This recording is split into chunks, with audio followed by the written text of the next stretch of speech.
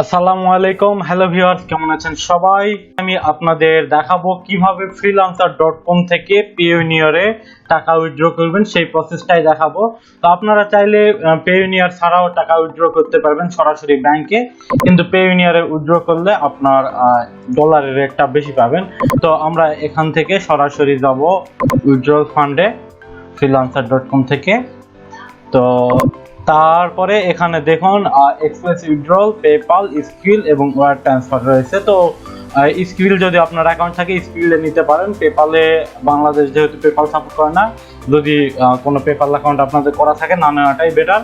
তো আমরা যাব এক্সপ্রেস উইথড্র থেকে। তো পেয়োনিয়ার অপশন আগে ছিল freelancer.com এ, তো এখন নেই, সরাসরি আমরা পেয়োনিয়ারের ব্যাংক অ্যাকাউন্ট থেকে নিতে পারবো। আর এখানে আপনারা স্কিপ ফর নাও করে দিবেন, এখানে স্টার্ট ফ্রি ট্রায়াল করার দরকার নেই, তাহলে টাকা লাগবে। তো এখানে আমরা দেখতে পাচ্ছি যে আমাদের যে অ্যামাউন্ট এখানে চলে আসছে।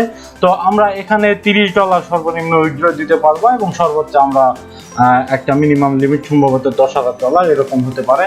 তো আমরা এখানে যেহেতু পেয়োনিয়ারে নিব এবং পেয়োনিয়ারের আমেরিকান ব্যাংক অ্যাকাউন্টে টাকা নিব, ডলার নিব, তো যার কারণে আমরা এখানে ইউনাইটেড স্টেটই রাখবো, যেহেতু আমরা বাংলাদেশ ব্যাংকে নিচ্ছি না।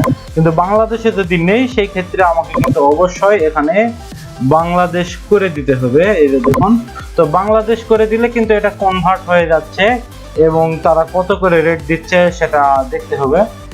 তো আমরা দেখতে যাব না, আপনারা হিসাব করে নেবেন যে তারা কত করে রেট দিচ্ছে, কিন্তু আমরা পেয়োনিয়ারে নিলে এর চাইতে রেট বেশি পাবো। তো এই জন্য আমরা ইউনাইটেড স্টেট করে দিব। তো তারপরে এখানে আমরা আমাদের ব্যাংকের ডিটেলস দিব। তো আমরা এই ব্যাংকের ডিটেলস কোথায় পাবো?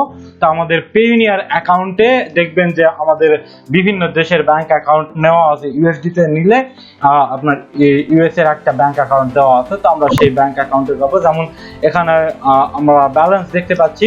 তো পেয়োনিয়ারের ইন্টারফেসটা চেঞ্জ হয়েছে, তারা আপগ্রেড করেছে, তো যার কারণে এরকম দেখাচ্ছে। তো আমরা গ্লোবাল পেমেন্ট সার্ভিসে গেলেও পাবো, অথবা এখানে আমরা ক্লিক করে রিসিভ অ্যাকাউন্টে গেলেই হবে, ব্যালেন্সে গিয়ে।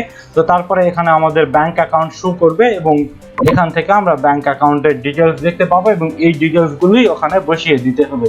তো সর্বপ্রথমে আমাদের প্রয়োজন হচ্ছে ব্যাংক নেম। তো আমরা এখান থেকে ব্যাংক নেমটা কপি করে নিলাম। এই দেখুন, এখানে ব্যাংক নেম কপি করে পেস্ট করে দিলাম। তারপরে বলতেছে যে রাউটিং নাম্বার, তো এখানে রাউটিং নাম্বারও দেওয়া আছে, আমরা রাউটিং নাম্বারটা এখান থেকে কপি করে নিব এবং এখানে রাউটিং নাম্বারটা দিয়ে দেব, ব্যাস। তারপরে এখানে বলতেছে যে ব্যাংক সিটি স্টেট, তো এখানে ব্যাংক সিটি স্টেট দেওয়া আছে, আমরা এটা এখান থেকে কপি করে নিব, ব্যাস এখানে পেস্ট করে দিব। তো এই দিয়ে দিলাম। তো তারপরে এখানে বলতেছে অ্যাকাউন্ট নাম্বারের কথা। তো আচ্ছা, এখানে ব্যাংক সিটি স্টেট এখানে পুরো ডিটেলস না দিলেও চলবে, এখানে সম্ভবত এইটুকু দিলেই হবে। আচ্ছা আচ্ছা, এইটুকু দিলেই হচ্ছে, পুরাটা যেহেতু স্টেট দিতে বলছে পুরাটা দিতে হচ্ছে না। তারপরে এখানে অ্যাকাউন্ট নাম্বারটাও এখানে পেয়ে যাবেন, এখান থেকে জাস্ট কপি করে নিব এবং এখানে ফিল করে দিব, বাস এখানে ফিল করে দিলাম।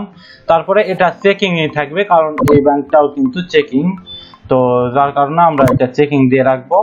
তারপরে বলতেছে এখানে আপনার নিজের ডিটেলস দিতে বলছে, আপনার অরিজিনাল যে ডিটেলস সেই ডিটেলসটা পেয়োনিয়ারে যেটা দেওয়া আছে অবশ্যই সেটা দিতে হবে। তো এটার জন্য আমাদেরকে যেতে হবে পেয়োনিয়ারের সেটিংসে। তো এখান থেকে প্রোফাইল সেটিংসে যাব। তো এখানে আমরা আমাদের ডিটেলস দেখতে পারবো, আমাদের নাম, অ্যাড্রেস লাইন।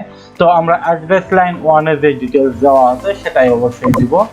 তো আমরা সেটা কপি করে নিচ্ছি এখান থেকে। তো অ্যাড্রেস লাইন 1 এ আমরা এখানে এই ডিটেলসটা দিচ্ছি, আর এখানে আমাদের যেই নামটা থাকে সব জায়গায়, যেই নামটা দেওয়া আছে আর কি এখানে, তো আমরা সেটাই দিব। এই যে দেখুন, তো তারপরে বলছে অ্যাড্রেস লাইন 2, এখান থেকে আমরা কপি করে নিব অ্যাড্রেস লাইন 2, ব্যাস এখানে অ্যাড্রেস লাইন 2 তে এটা বসিয়ে দিব।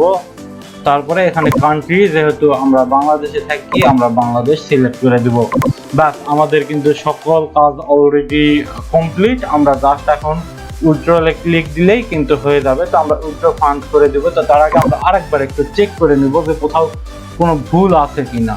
তো আমরা এখানে সবকিছুই দেখতে পাচ্ছি যে ঠিক আছে। তো এখন আমরা জাস্ট উইথড্র ফান্ড করব।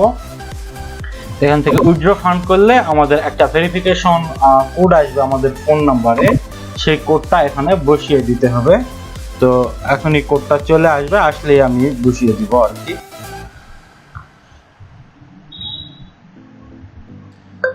তো অলরেডি কোড চলে এসেছে, আমরা এখন কোডটা বসিয়ে দেই।